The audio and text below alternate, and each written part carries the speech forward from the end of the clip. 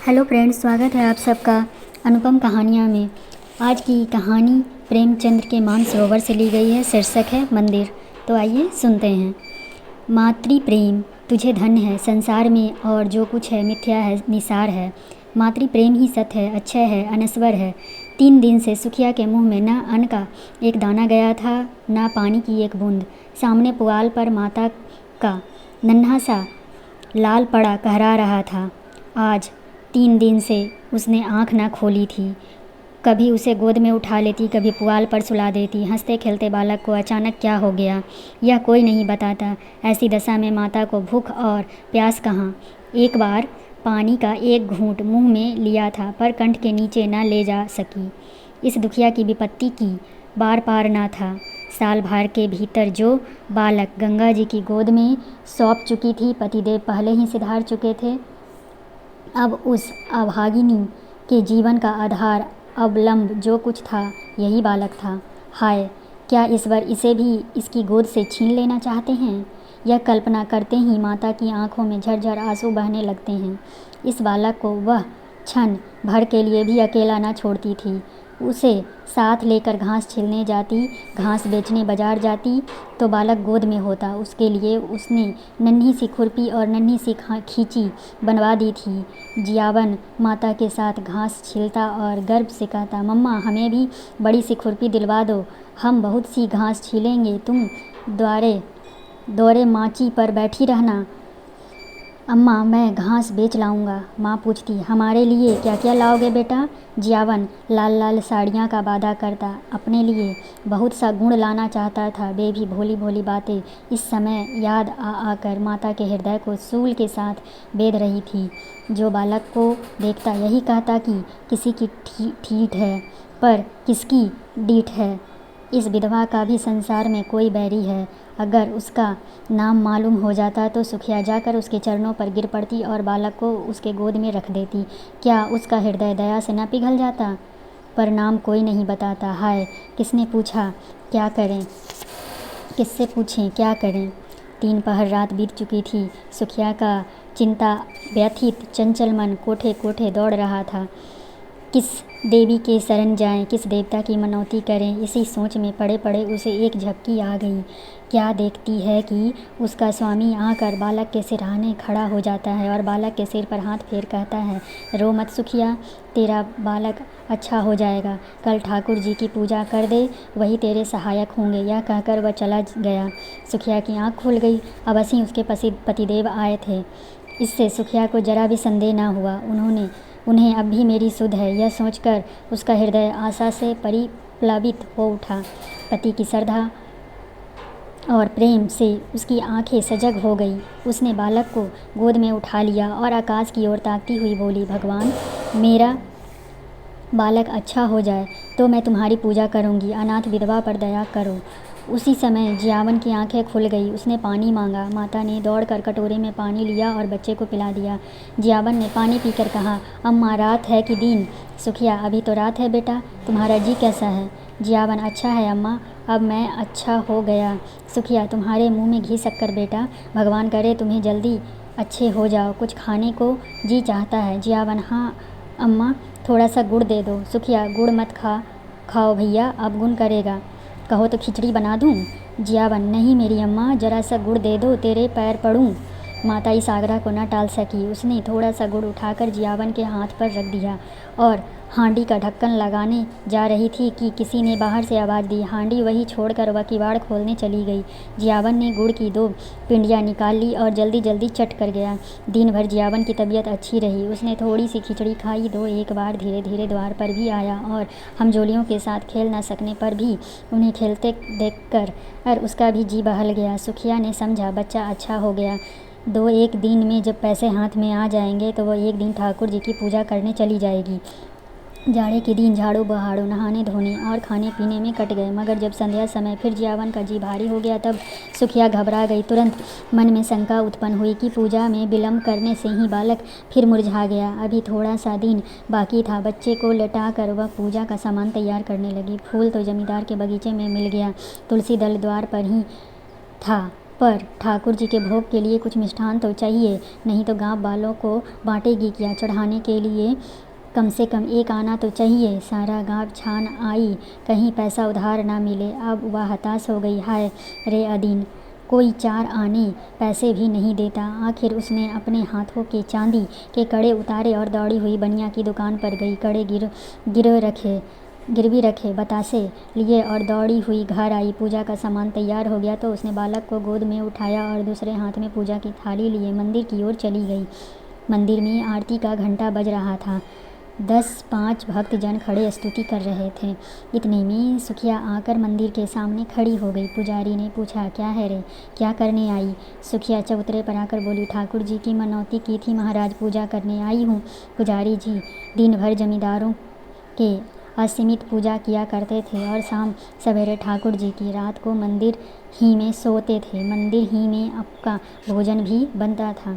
उसने ठाकुर द्वारे की सारी हस्तकारी काली पड़ गई थी। स्वभाव के बड़े दयालु थे, निष्ठावान, ऐसे कि चाहे कितनी भी ठंड पड़े, कितनी भी ठंडी हवा चले, कोई ध्यान किए मुंह में पानी तक न डालते थे। अगर इस पर भी उनके हाथों और पैरों में मैल की मोटी तह जमी हुई थी तो इसमें उनका कोई दोष न था। बोले, तो क्या भीतर चली आएगी, हो तो चुकी पूजा, यहाँ आकर भर भ्रष्ट करेगी। एक भक्तजन ने कहा, ठाकुर जी को पवित्र करने आई है। सुखिया ने बड़ी दीनता से कहा, ठाकुर जी के चरण छूने आई हूँ सरकार, पूजा की सब सामग्री लाई हूँ। पुजारी, कैसी बेसमझी की बात करती है रे, कुछ पगली तो नहीं हो गई है, भला तू ठाकुर जी को कैसे छुएगी। सुखिया को अब तक कभी ठाकुर द्वार में आने का अवसर न मिला था। आश्चर्य से बोली, सरकार, वह तो संसार के मालिक हैं, उनके दर्शन से तो पापी भी तर जाते हैं, मेरे छूने से उन्हें कैसे छूत लग जाएगी। पुजारी, अरे तू चमारिन है कि नहीं रे। सुखिया, तो क्या भगवान ने चमारों को नहीं सिरजा है, चमारों का भगवान कोई और है, इस बच्चे की मनौती है सरकार। इस पर वही भक्त महोदय जो अब स्तुति समाप्त कर चुके थे डपट कर बोले, मार के भगा दो चुड़ैल को, भर भ्रष्ट करने आई है, फेंक दो थाली बाली, संसार में तो आप ही आग लगी हुई है। चमार भी ठाकुर जी की पूजा करने लगेंगे तो पृथ्वी रहेगी कि रसताल को चली जाएगी। दूसरे भक्त महाशय बोले, अब बेचारे ठाकुर जी को चमारों के हाथ का भोजन करना पड़ेगा, अब प्रलय होने से कुछ कसर नहीं। ठंड पड़ रही थी, सुखिया खड़ी काँप रही थी और यहाँ धर्म के ठेकेदार के लोग समय की गति पर आलोचनाएं कर रहे थे। बच्चा मारे ठंड के उनकी छाती में घुसा जाता था, किंतु सुखिया वहाँ से हटने का नाम न लेती थी।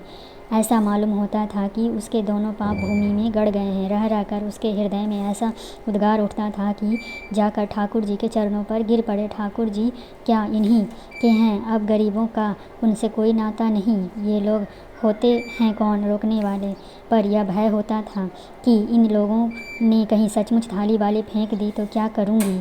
दिल में ऐंठ कर रह जाती थी। सहसा उसे एक बात सूझी। वह वहाँ से कुछ दूर जाकर एक वृक्ष के नीचे अंधेरे में छिपकर इन भक्तजनों के जाने की राह देखने लगी। आरती और स्तुति के पश्चात भक्तजन बड़ी देर तक श्रीमद् भागवत का पाठ करते रहे। उधर पुजारी जी ने चूल्हा जलाया और खाना पकाने लगे। चूल्हे के सामने बैठे हुए करते जाते थे और बीच बीच में टिप्पणियाँ भी करते जाते थे। 10 बजे रात तक कथा वार्ता होती रही और सुखिया वृक्ष के नीचे ध्यानावस्था में खड़ी रही। सारे भक्त लोगों ने एक एक करके घर की राह ली। पुजारी जी अकेले रह गए। अब सुखिया आकर मंदिर के बरामदे के सामने खड़ी हो गई, जहाँ पुजारी जी आसन जमाए बटलोई का क्षुधावर्धन मधुर संगीत सुनने में मग्न थे। पुजारी जी ने आहट पाकर गर्दन उठाई तो सुखिया को बड़ी खड़ी देखा। चिढ़कर बोले, क्यों रे, तू अभी तक खड़ी है। सुखिया ने थाली जमीन पर रख दी और एक हाथ फैलाकर भिक्षा प्रार्थना करती बोली, महाराज जी, मैं अभागिन हूँ, यह बालक मेरे जीवन का अलम है, मुझ पर दया करो। 3 दिन से इसके सिर नहीं उठाया, तुम्हें बड़ा जस होगा महाराज जी। यह कहते कहते सुखिया रोने लगी। पुजारी जी दयालु तो थे, पर चमारिन को ठाकुर जी के समीप जाने देने का अश्रुतपूर्व घोर पातक वह कैसे कर सकते थे। न जाने ठाकुर जी इसका क्या दंड दें, आखिर उसने भी बाल बच्चे हैं। कहीं ठाकुर जी कुपित होकर गांव का सर्वनाश कर दे तो बोले, घर जाकर भगवान का नाम ले, तेरा बालक अच्छा हो जाएगा। मैं यह तुलसी दल देता हूँ, बच्चे को खिला दे, चरणामृत उसकी आँख में लगा दे, भगवान चाहेंगे तो सब अच्छा होगा। सुखिया, ठाकुर जी के चरण पर गिरने न दोगे महाराज जी? बड़ी दुखिया हूँ, उधार काढ़ कर पूजा की सामग्री जुटाई है। मैंने कल सपना देखा था महाराज जी की ठाकुर जी की पूजा कर तेरा बालक अच्छा हो जाएगा, तभी दौड़ी आई हूँ। मेरे पास 1 रुपया है, वह मुझसे ले लो, पर मुझे एक क्षण भर ठाकुर जी के चरण पर सिर लगने दो। इस प्रलोभन ने पंडित जी को एक क्षण के लिए विचलित कर दिया, किंतु मूर्खता के कारण ईश्वर का भय उनके मन में कुछ कुछ बाकी था। संभल कर बोली, अरे पगली, ठाकुर जी भक्तों के मन का भाव देखते हैं कि चरण पर गिरना देखते हैं। सुना नहीं है, मन चंगा तो कठौती में गंगा। मन में भक्ति ना हो तो लाख कोई भगवान के चरणों पर गिरे, कुछ ना होगा। मेरे पास एक जंतर है, दाम तो उसका बहुत है, पर तुझे 1 ही रुपया में दे दूँगा। उसे बच्चे के गले में बांध देना, बस कल बच्चा खेलने लगेगा। सुखिया, ठाकुर जी की पूजा ना करने दोगे? पुजारी, तेरे लिए इतनी ही पूजा बहुत है। जो बात कभी नहीं हुई वह आज मैं कर दूँ, और गाँव पर कोई अफरा तफरी विपत आ पड़े तो क्या हो, इसे भी तो सोचो। तू यह जंतर ले जा, भगवान चाहेंगे तो रात ही भर में बच्चे का कलेश कट जाएगा। किसी की ढीठ पड़ गई है भी तो चौचाल, मालूम होता है छतरी वंश है।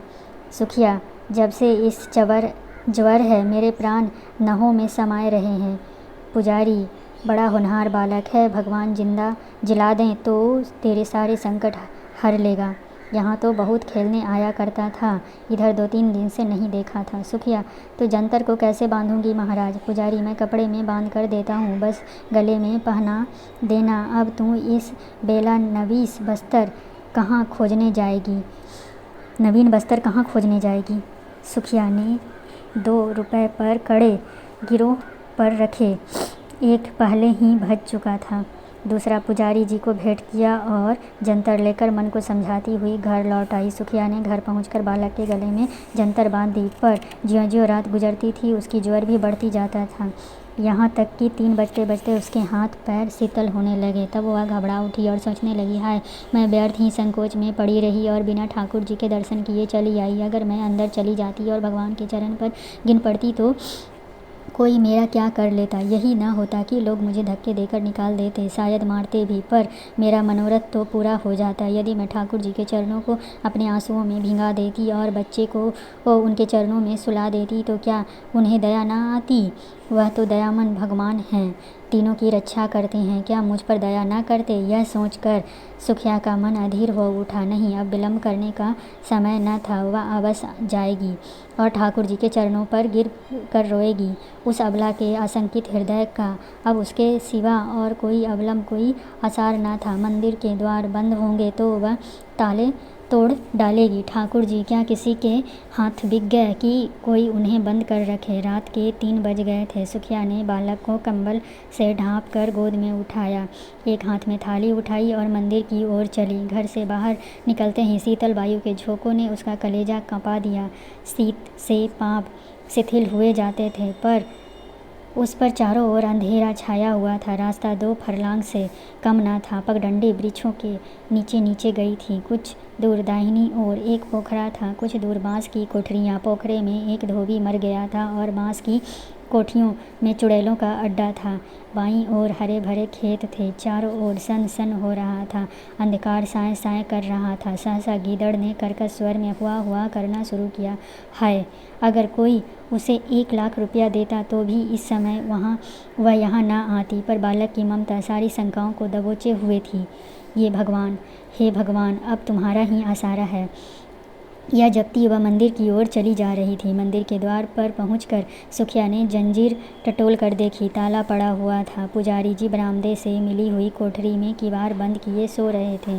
चारों ओर अंधेरा छाया हुआ था। सुखिया चबूतरे के नीचे से एक ईंट उठा लाई और जोर जोर से ताले पर पटकने लगी।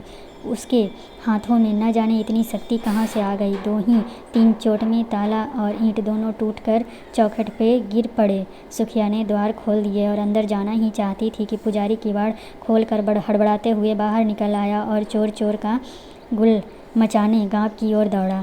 जाड़ा में प्रायः प्रायः पहर रात रहे ही लोगों की नींद खुल जाती है। यह शोर सुनते ही कई आदमी इधर उधर से लालटेन लिए हुए निकल पड़े और पूछने लगे, कहाँ है, किधर गया? पुजारी, मंदिर का द्वार खुला पड़ा है, मैंने खटखट की आवाज़ सुनी। सहसा सुखिया बरामदे से निकलकर चबूतरे पर आई और बोली, चोर नहीं है, मैं हूँ, ठाकुर जी की पूजा करने आई थी, अभी तो अंदर गई भी नहीं, मार हल्ला मचा दिया। पुजारी ने कहा, अब अनर्थ हो गया। सुखिया मंदिर में जाकर ठाकुर जी को भ्रष्ट कर आई। फिर क्या था, कोई आदमी झल्लाए हुए लपके और सुखिया पर लातों और घुस्सों की मार पड़ने लगी। सुखिया एक हाथ में बच्चे को पकड़े हुए थी और दूसरे हाथ में से उसकी रक्षा कर रही थी। एकाएक बलिष्ठ ठाकुर ने उसे इतनी जोर से धक्का दिया कि बालक उसके हाथ से छूटकर ज़मीन पर गिर पड़ा, मगर वह न रोया, न बोला, न सांस ली। सुखिया भी गिर पड़ी। संभल कर बच्चे को उठाने लगी तो उसके मुख पर नज़र पड़ी। ऐसा जान पड़ा मानो पानी की परछाई हो। उसके मुख से एक चीख निकल गई। बच्चे का माथा छूकर देखा, सारी देह ठंडी हो गई थी। एक लंबी सांस खींचकर वह उठ खड़ी हुई। उसकी आंखों में आंसू न आए, उसका मुख क्रोध की ज्वाला से तमतमा उठा, आंखों से अंगारे बरसने लगे।